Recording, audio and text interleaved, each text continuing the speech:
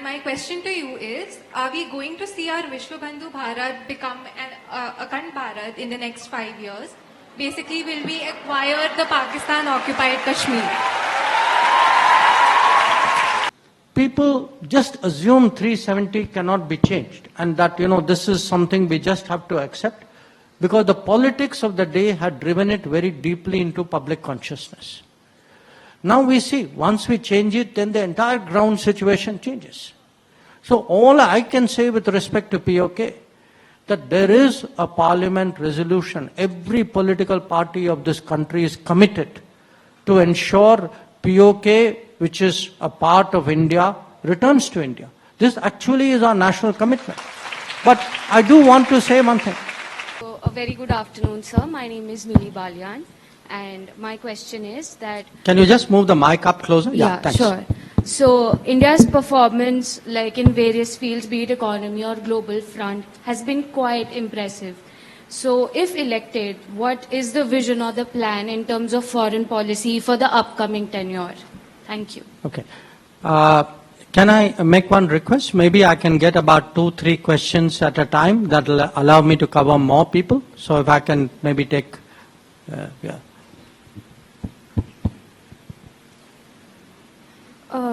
Namaste, sir, from Gargi College. Myself, Shreya. First of all, it's an honor for me to stand here in front of you, and I'm grateful that I got this opportunity. So my question is that what are the strategies that our country employs to promote stability and peace in the conflict-affected regions? Thank you. Namaste, sir, from Gargi College. I'm a first-year student, Sophia Ronak. And my question is, what specific steps is India taking to enhance its influence and presence in international organizations? Thank you. One more question, please. Namaste, sir, from Gargi. My name is Priyansha Bhatt. I am from BA program English plus History. I'm a first-year student. My question for you, sir, is, how do you put forward your opinions and consolidate them in front of countries who try to criticize every move of ours while making sure that our relationships with the same don't weaken over time? Thank you.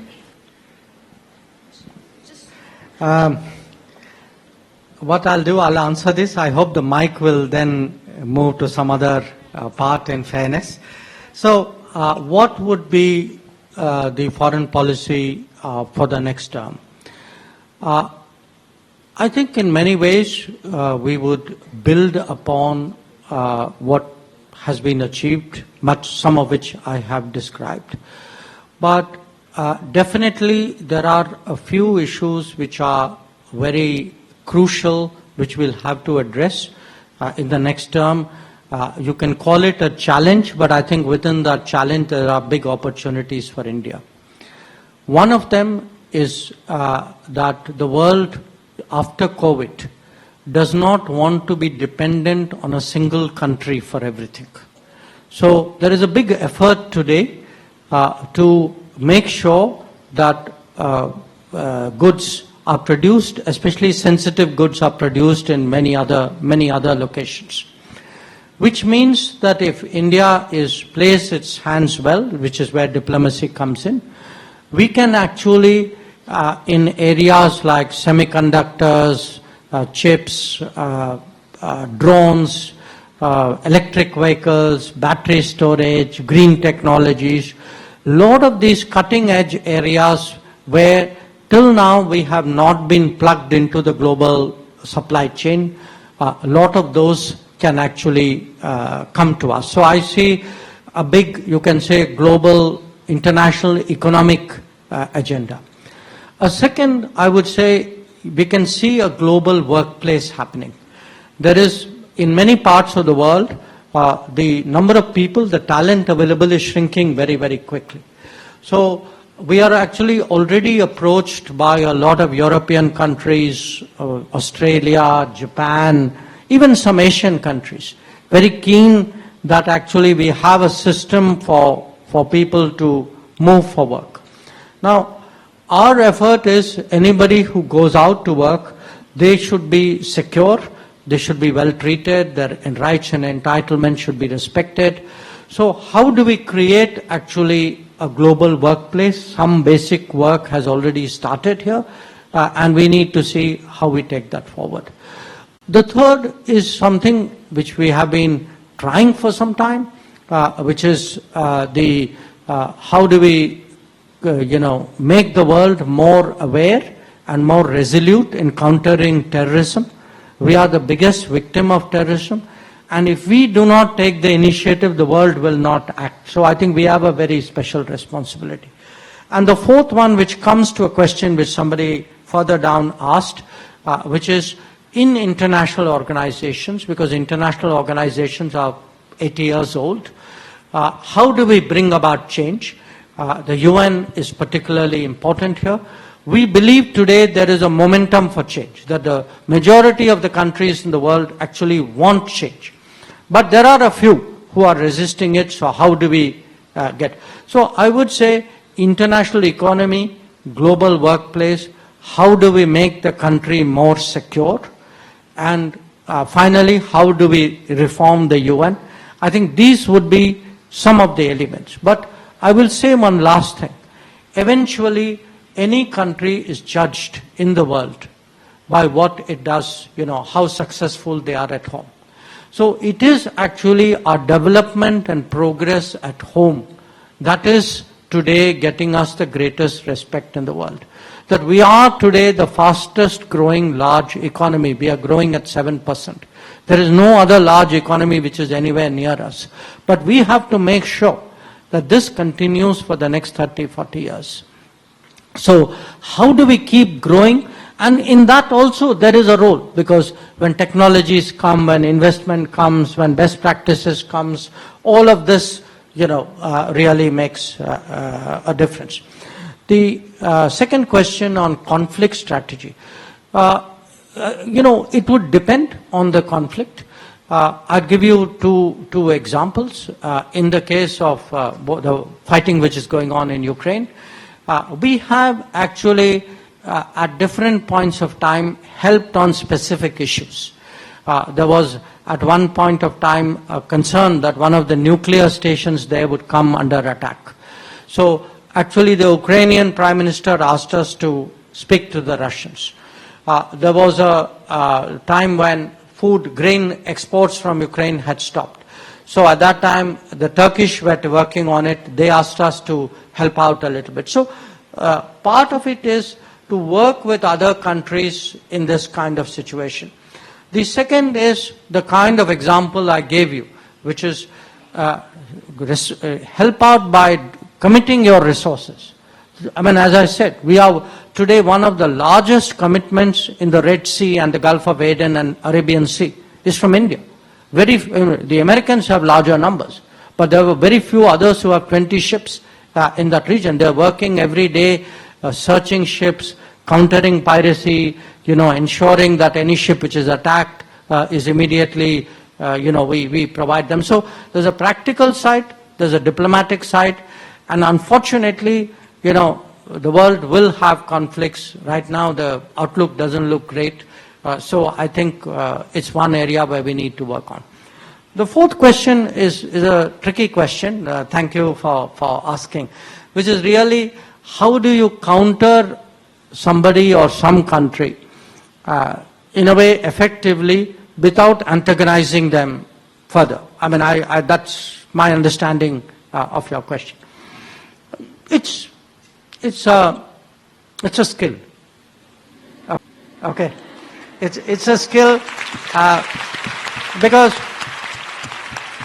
at the end of it all, look, you have to explain to people. You have to be reasonable with people. Sometimes, yes, you have to be a little sharp. You have to push back. But even after you do that, you need to then sort of manage them, because at the end of the day, it's not about winning arguments. It's about winning friends. But but there are people who need to know the truth. That's also a reality. I mean, not everybody readily understands our position. So when they are, when they pressurize you, or they put something across which is very insensitive or oblivious to our interests. I think it's important that they understand where we are coming from, how that is put. But as I said, finally that ability to get along and say, look, I am actually your friend, I am trying to make you understand how it is going. And that's what we do in our business. Thank you.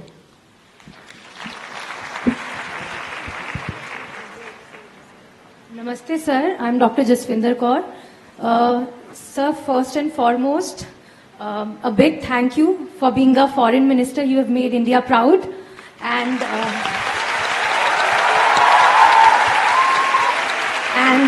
once again, thank you for coming to Gargi. We'll all remember this moment for our lifetime.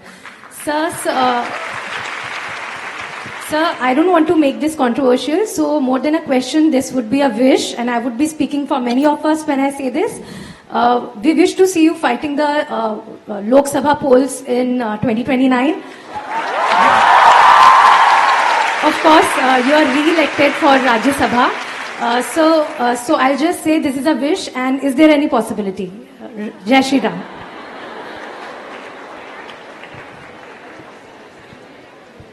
Is it open? Good afternoon, Dr. Jaishankar. My name is Manisha Roy. My question to you is, you've spoken about growth and the India story and how wonderful we are doing. But, if we look at the flip side, there is this huge contradiction that India faces today, which is rising income and wealth inequality. Unless we reconcile this with our growth story, unless, we have this demographic dividend that we talk about, we have a young population, unless we find jobs for all the young people that we have, how do we make this India story sustain? How do we make it go forward?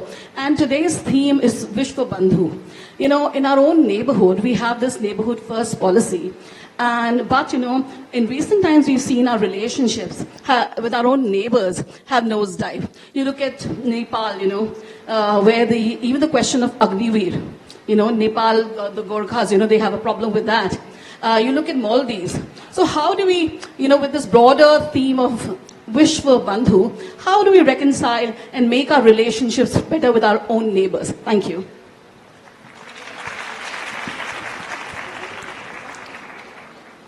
Good afternoon, sir.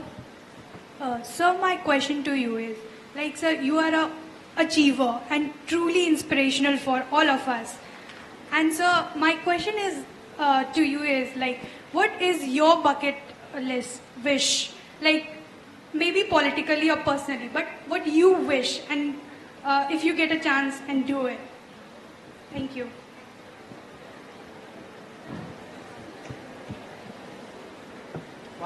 I'll take one more question. Good afternoon, sir. First of all, I'm deeply honored for your presence here. And so my question is, how important it is for India to be equally resolving the issues which is existing inside the country and on the international level. So what's your view and what's your take upon this? Okay. The first question, the Lok Sabha question. My Rajya Sabha tenure runs out in 2029. So I will leave it at that. I think this time around, the sense was that someone like me would be more useful, more effective for my party. Being in different places rather than being in a constituency, and that's the call, because at the end of the day we are part of an organization, and the organization takes that call based on everybody evaluating different people. On the set of issues that you raised, look, it was not my intention to say everything at home is going splendidly and everything is fantastic. That was not at all what I was projecting. I was actually saying we have to work hard at home because it's our achievements at home which will win us respect abroad. Now, we are today roughly below $3,000 per capita income society. We are cumulatively, as a country, our GDP is less than $4 trillion. We have a long way to go. You know, we hope our first target is to cross the 5 trillion mark in the coming years.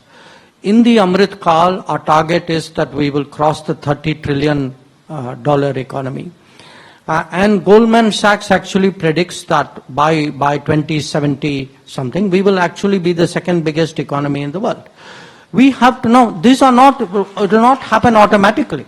I mean, people have to work hard, there have to be right policies, it's something which will be an aggregate or cumulative of everything that we do. Now, I completely agree with you that any growth of any country has to be inclusive, that you have to carry, no country will be well served as one segment is growing and, a large part of it is kind of left behind. So if there is, I would say, a working principle that we have in the government today, certainly for the last 10 years, and by the way, I'm the foreign minister, but I'm very deeply involved in everything else that the government does as well. I can tell you that we actually in the government are looking at exactly the issues that you're talking about. That, there are certain districts in India where the development level is way behind the rest of the country. So how do you give them special attention? There are categories of people. There are, I would say, in a total population we are about 1.4 billion today. Okay? 800 million people, which is about 55%, 60% of the population of our country. They do not have the income levels to actually ensure that they get enough food and they are healthy and nutritious, which is why actually we provide them 5 kilograms of food as their entitlement every month. There are people who struggle for health access. This whole Ayushman Bharat is about health. We know in this country, and I'm saying this in this institution, that one of the biggest problems in this country is the gender gap. Today, I would just look at it this way. I'm connecting to you 3 dots. The whole toilet scheme, because actually the lack of toilets was such a big disadvantage, particularly for girl children in other environments. The whole Beti Padhao, Beti Bachao. And then something like, the Mudra scheme where you give loans and you particularly give loans to women. So how do we actually narrow gender gaps? How do we narrow income gaps? How do we ensure, after 70 years of independence, a large part of our country didn't have piped water, didn't have electricity at home. Many villages did not have a pakka road leading to them. There was no doctor within 3 kilometers of where they lived. These are actually today, when people ask us, because I'm here to talk today about foreign policy. But if I were to give if you ask me what has changed in the last 10 years, these are actually the socio-economic realities, are actually what has changed in the last 10 years. If there is a sense of optimism, which doesn't mean, I come back to your point, it doesn't mean that, oh yes, we have done our job and everything is great. It means that if we could actually fix so many things in the last 10 years, why can't we think bigger? Why can't we do more? Why can't we be more ambitious? Why can't we set higher targets for ourselves? And this country has it, think back on that COVID story I told you. The world actually said, these guys are the people who are going to fail the test. And we were the people who finally passed the test. So when we put our minds to it, we have that ability to do it. That is really the kind of fire that we want and we believe today we have ignited. And one area where again there's been a big change in the last 10 years. we reformed beginning in 1992. Okay, the initial years of our economic policy created a big crisis. So in 1992, in the Narasimha Rao government, there were big reforms which were done. But what has happened in the last 20 years after that, we did not build the kind of manufacturing which China, for example, did. So eventually what creates jobs? Because you refer to employment. Services only creates limited jobs. Manufacturing creates jobs. But we actually made manufacturing very hard in this country. Because you won't get good manufacturing if you don't have good infrastructure. You won't get good manufacturing if you don't have good skills and education institutions. So they come as a sort of package. And it's that package actually that we have tried, to move. We believe we've got a lot of success in it in the last 10 years. But I'm fully share your viewpoint that there is very much more. And that is actually when we say Viksit Bharat. It's all those things that we want to see going ahead. The bit about the neighbor. Look, I'll tell you the truth. What happens in our neighborhood is, if 100 things go right, nobody writes about it. If 3 things go wrong, they complain, and we immediately pick up that complaint. That same, you spoke about saying Agniveer in Nepal. Agniveer, why did we do Agniveer? We did it for ourselves. We will reform our armed forces, obviously with Indian interests in mind. Any reform, I'm not talking now of Agniveer, an Indian decision cannot be made because somebody else's interest is at stake. India will decide on what is India's interest. Similarly, you spoke about Maldives. Yes, they have their politics. Sometimes you have a government which may have a viewpoint about India, but at the end of the day, we tell them, saying, look, we are all neighbors. We can't move away from each other. We have shown, for every example that somebody can give you, I can give you a reverse example. Say in Nepal, for years, Nepal has a tremendous ability to generate electricity. We are logical customers, but for political reasons, they never did it. Now they are willing to do it. In Sri Lanka, as I said, Sri Lankans know actually who really helped them out. If you go to Bangladesh today, the thinking about India has changed fundamentally. So I don't really accept that, I'm not saying we don't have problems in the neighborhood. Of course we do. Every country has problems in their neighborhood. But on the whole, I would say, with some exceptions, by and large today, our neighbors believe that working with India is actually good for them. They get benefits. I tell you my biggest problem. How do I give as many visas as our neighbors need to come to India? If they didn't like us, why would they be coming in that kind of numbers?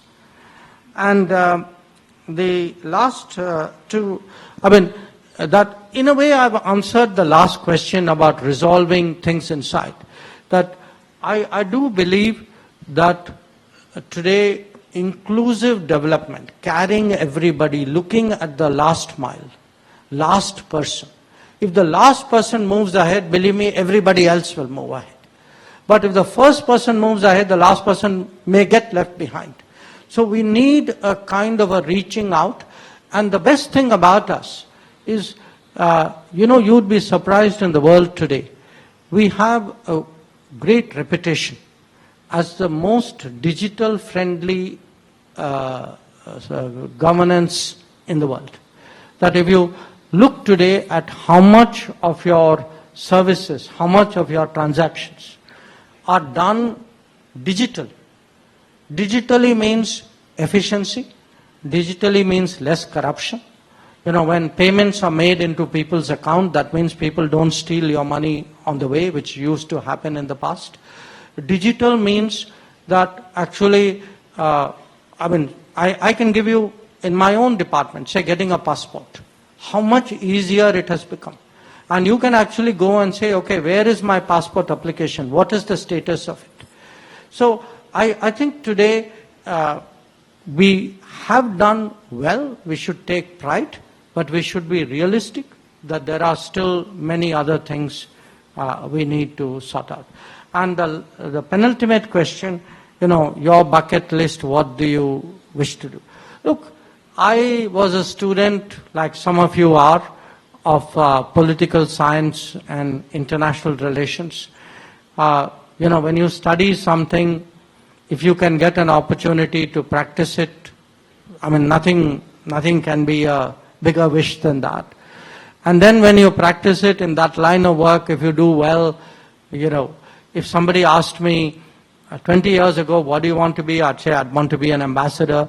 After I became ambassador, they say, okay, what do you want to be? I'd have said, okay, maybe I want to be foreign secretary or ambassador to US.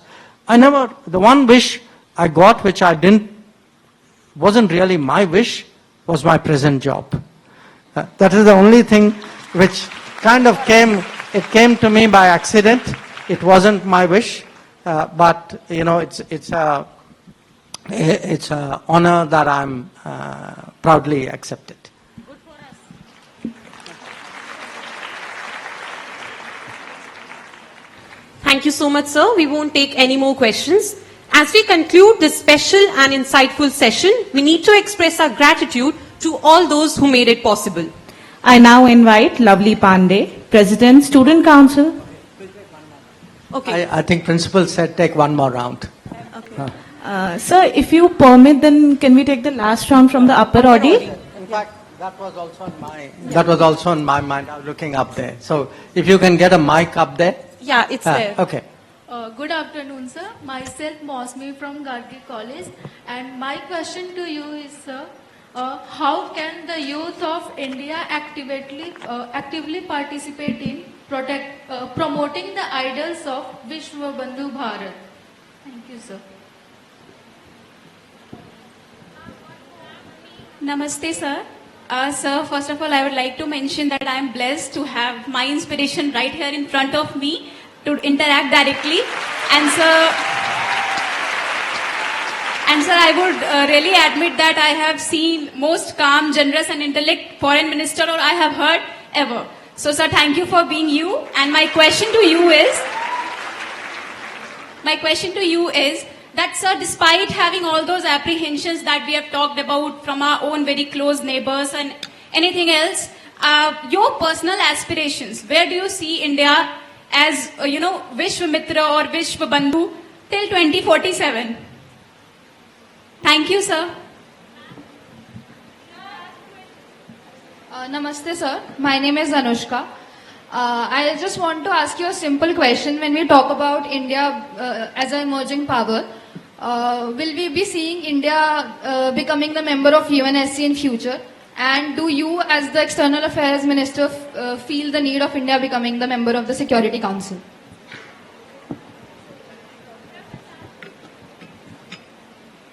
Good afternoon, sir. My name is Kesar. And my question to you is, are we going to see our Vishwa Bandhu Bharat become an Akhand Bharat in the next 5 years? Basically, will we acquire the Pakistan-occupied Kashmir?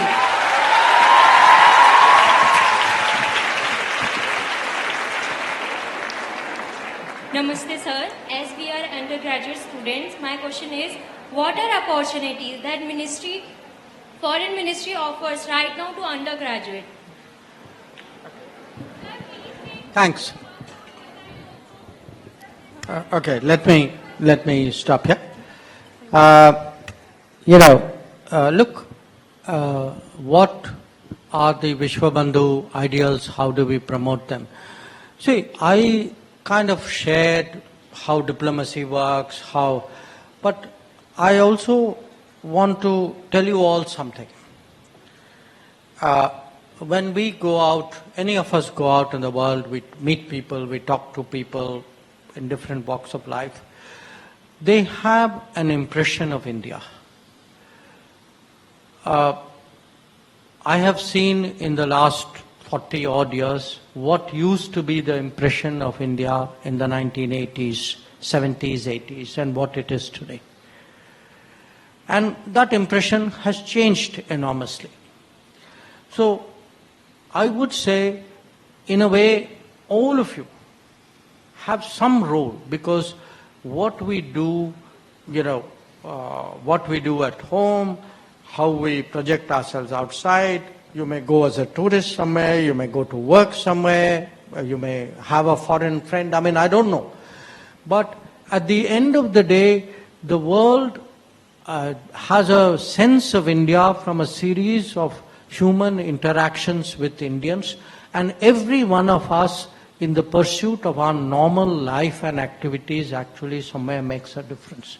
So if today India is looking better, and I agree, we can keep growing out here, I actually say the real credit, I mean, fine, Indian diplomacy may be at the front of it, and we may have because we have a great Prime Minister who projects it so strongly, but finally it is the cumulative effort of everything that we do, how we behave as a people, how we respond, that is what makes a difference.